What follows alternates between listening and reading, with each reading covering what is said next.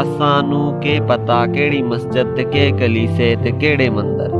असां मुहब्बत दी मीम कढ़ के ते हे नू दे के ते दाल ला के खुदाए अहमद दी हमद कीती। असां तां पकुआं नू प्यार कीता, असां तां जंगलां नू सीने लाया। असां ते दरिया दा घुट जा भरिया, असां तां रेतां ते सजदे कीते। असां ना डिठा, असां ना सुनिया, असां ना बोले।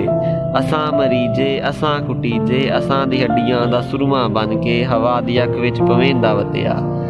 असां नू के पता कौन न्यूटन ते केड़े हरकत दे फार्मूले।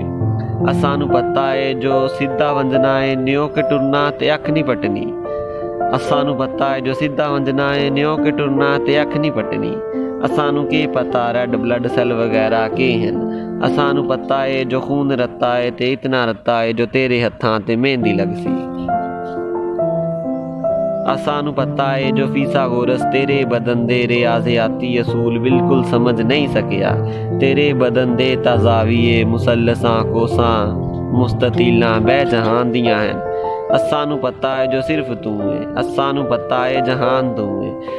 असां नू पता है जो कायनातां दा रोग किवें मुकावना है।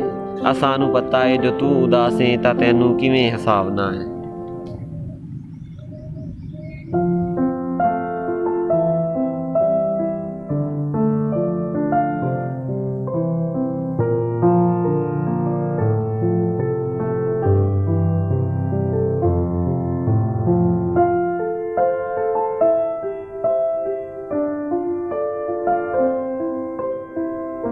अगर आप शायरी में दिलचस्पी रखते हैं तो बिन सईद पोइट्री को सब्सक्राइब करें।